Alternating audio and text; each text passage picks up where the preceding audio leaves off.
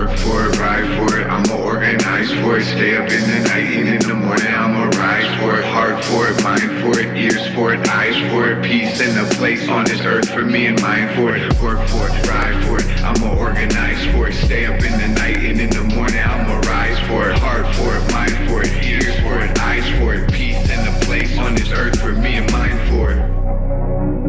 Hey, peace. Thanks for tuning in. Welcome to a special quarantine edition of the Money, Power, Land, Solidarity podcast.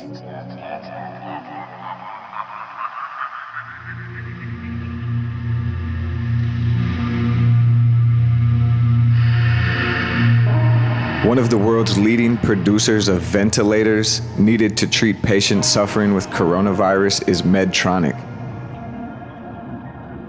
In 2014, famed Minnesota medical technology company Medtronic executed the largest corporate tax inversion in history by moving the address of its legal headquarters to Dublin, Ireland.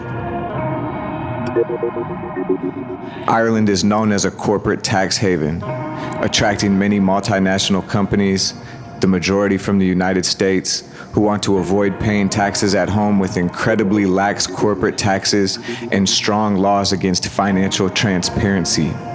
While its operations are still based in Fridley, Minnesota, Medtronic's tax inversion to Ireland gave them the immediate benefits of accessing billions of profits they had made over the years outside of the United States without having to face the U.S. repatriation taxes. It also gave them the longer-term benefits of Ireland's very lax corporate tax rates. Medtronic, one of Minnesota's most celebrated homegrown businesses, a global leader in the field of medical technology doing $30 billion in yearly revenue, effectively stopped paying taxes in the United States in 2014, starving the public of billions in tax revenue. Fast forward to 2020 and the state of Minnesota, like much of the world, is reeling in the grips of the coronavirus pandemic. The defining feature of this pandemic in Minnesota and the United States is how breathtakingly under-equipped we are to face it. We don't have nearly enough tests. Only the wealthy and very seriously ill are getting tested. We don't have enough masks or ventilators. We don't have nearly enough hospital beds. As I write these words, nurses in Minnesota are soliciting donations for masks because the hospitals are at such lethal shortage. And perhaps most damaging, we have a privatized, employer-based health insurance model that renders even basic care cripplingly expensive for much of our population. There is a profound connection between the story of Medtronic's Irish tax haven and our lack of public health infrastructure in the United States.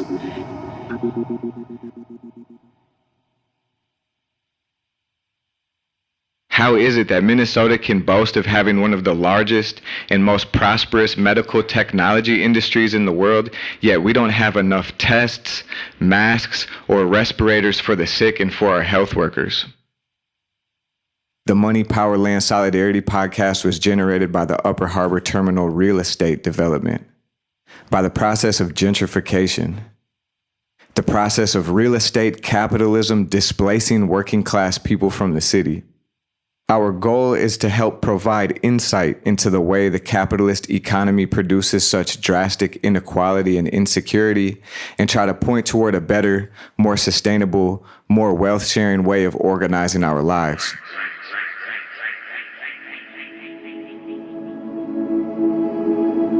The failings of the for-profit real estate system that show up as poverty, housing insecurity, homelessness, indebtedness, displacement, depression, and incarceration are related to and interconnected with the failings of our for-profit healthcare system that also show up as poverty, disease, chronic illness, indebtedness, homelessness, depression, incarceration, etc. The coronavirus pandemic has made it impossible to ignore what many in our country have been screaming for years, that healthcare and capitalism are incompatible. The capitalist economy and the ruling class in the United States have created a world where our most fundamental and basic human needs, our sacred and collective responsibilities to each other, housing, healthcare, medicine, clean water, are privately hoarded commodities, withheld from the working class and poor and only dispensed when profitable to the wealthy. This global pandemic is bringing to the surface violent dynamics that we live with every day on the local level. On today's bonus episode of the Money, Power, Land, Solidarity podcast, we're shifting our focus from real estate to the political economy of Minnesota's renowned medical technology industry. We're going to look at the political and economic motivations and consequences of Medtronic's massive tax offshoring, and also a little into Minnesota's Medical Alley, a consortium of medical tech companies in Minnesota with deep pockets and a lot of political influence in St. Paul and Washington, D.C. We're going to draw connections between housing justice and health justice in our urgent fight for a new economic and political system.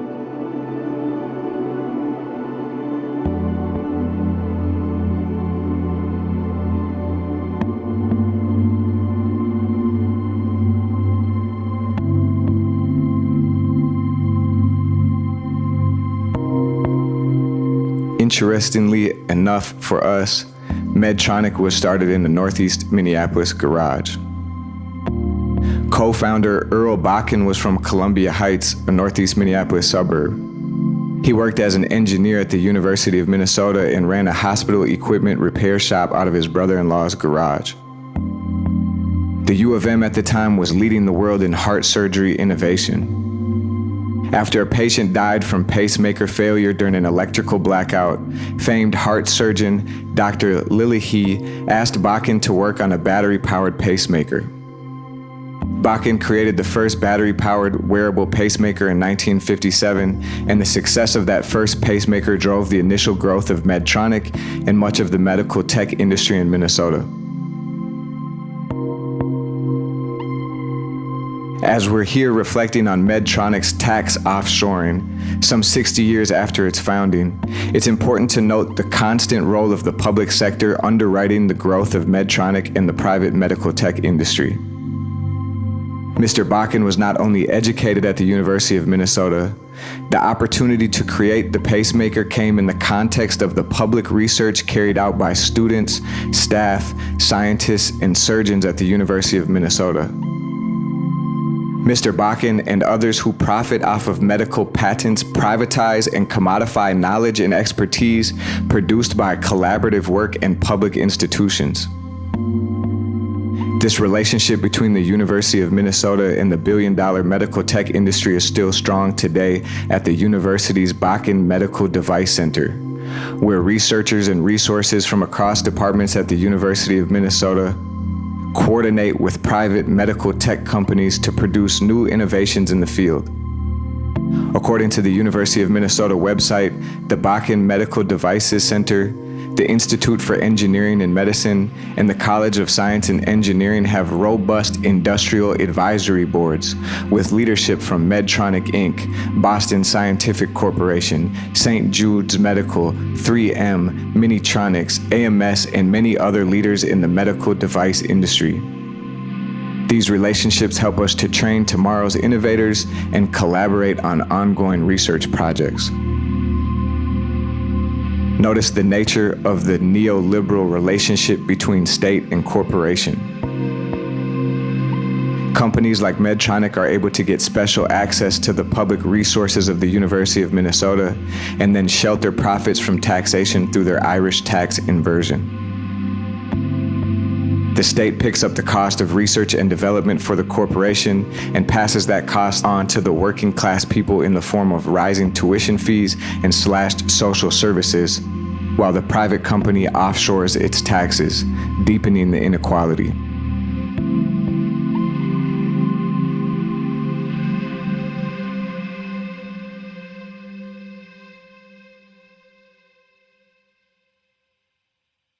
It's also important to know that Medtronic continues to receive hundreds of millions of dollars in U.S. federal contracts while paying taxes as an Irish corporation.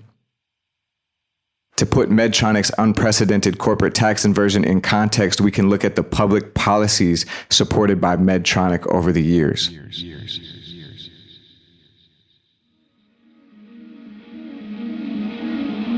In Until public pressure forced them out in 2012, Medtronic was a part of the right-wing American Legislative Exchange Council, referred to as ALEC, a notorious lobbying group that connects state legislators with corporate executives and extreme right-wing ideology. ALEC brings together folks for lavish networking conferences, and it's famous for its draft legislation where ALEC lobbyists write pre-packaged boilerplate laws for state reps to go home and pass, leading to nearly identical right-wing legislation on criminal justice, taxes, environmental and worker protections in state legislatures across the country. Arizona's controversial anti-immigrant bill SB 1070 was ALEC model legislation, as was Minnesota's and many other states' prohibition against local rent controls. Medtronic participated in ALEC for obvious reasons. It wants a public policy environment that is most conducive to their profits, low corporate taxes, and a gutted public health sector. A national single-payer healthcare system is public enemy number one for ALEC in the medical tech industry. Medtronic further acts on its interests through its political contributions, both through the Medtronic PAC and the ADVA Med PAC, of which they are a leading member. Medtronic has been a consistent max-out donor to Republican Senate Majority Leader Mitch McConnell and former Republican Speaker of the House Paul Ryan, right-wing ideologues who have contributed greatly to the misery of the U.S. healthcare situation, among other atrocities. Medtronic has been a leading force in the development of the medical tech industry in Minnesota, which includes other mega firms such as St. Jude, the Mayo Clinic, 3M, and the largest health insurer in the nation, Minnetonka-based United Health. Today, the medical tech and health insurance sector in Minnesota have come together under the banner Medical Alley. Medical Alley is a brand name for Minnesota's medical industry and also a trade group that lobbies public officials, advocates for public policies, and courts further investment in its member companies. Medical Alley is an organized effort by some of Minnesota's largest multinational companies working to further commodify healthcare and profit from the production of health-related technology and equipment. As a trade association and lobby group, Medical Alley works to cut corporate taxes and develop new ways to squeeze profit out of healthcare, with a growing focus on integrating predictive data technology, biotech, and medical app startups.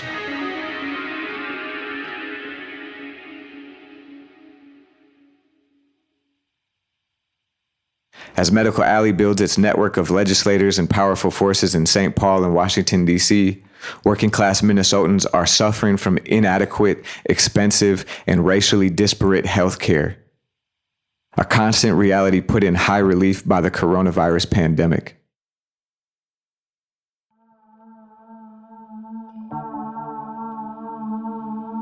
It's important to recognize that a profitable capitalist marketplace does not translate to a high quality of life for working class people.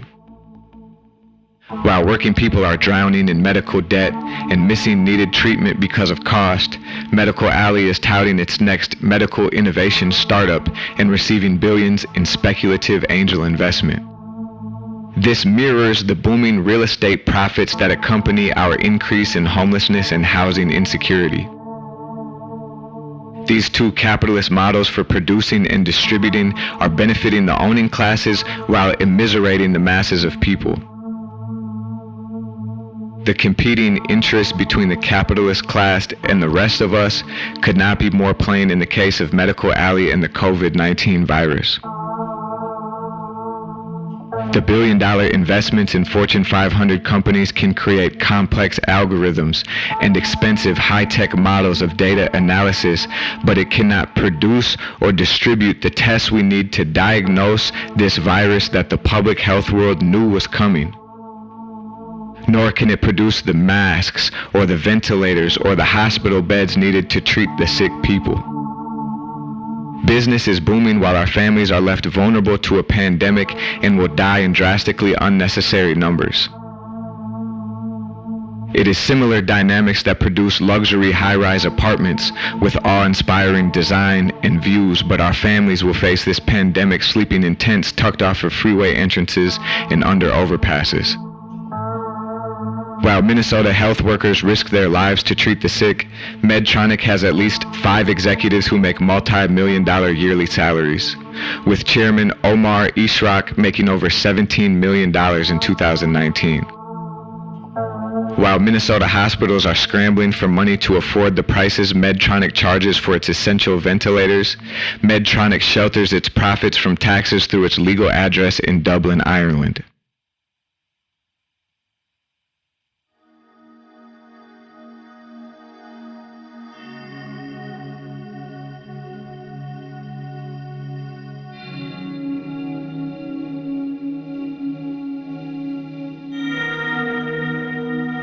COVID-19 did not create the crisis in our healthcare system. It simply exposed how profoundly unjust and dysfunctional a system oriented towards amassing profit for the wealthy is. The life-saving medication and equipment we need should not be proprietary commodities for corporations to profit from. They should be social goods, owned and produced publicly and distributed with no cost at all to those who need them. Hospitals should not be privately owned and run for profit, but socially owned and managed for the health and well-being of all people. The private health insurance industry should be replaced with a universal single-payer system that guarantees health care to all people as a human right. We have to face this coronavirus pandemic under the brutal system we have now, but we don't have to face the next pandemic under this same system. COVID-19 is exposing the fickle and inadequate foundations of the neoliberal capitalist economy and also providing openings for real change. Our fights for rent control and public housing become all the more urgent as many working people are out of jobs and unable to pay rent. No more land should go to private developers, and existing developments that are too expensive to serve the people should be brought under public ownership and rented at deeply affordable rates. These fights for social ownership and community control of housing are linked to the fight for a single-payer healthcare system and to bring the production of medical technology and medicine under social ownership. We should look back at this era with embarrassment that companies like Medtronic were allowed to make billions by commodifying publicly developed technology and then shelter its profits overseas while our public health infrastructure withers.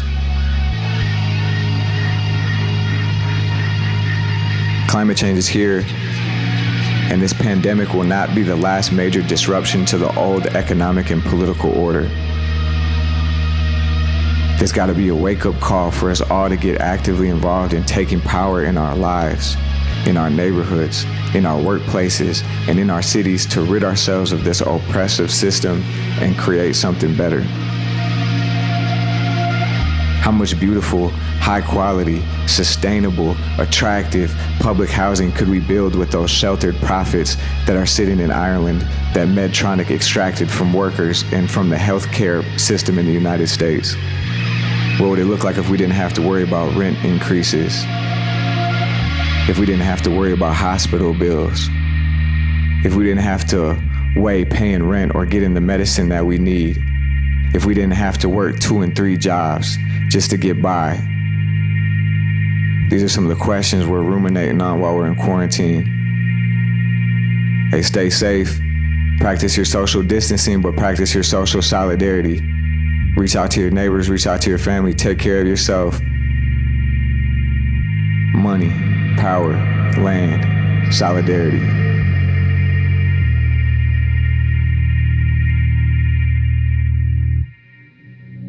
More than that.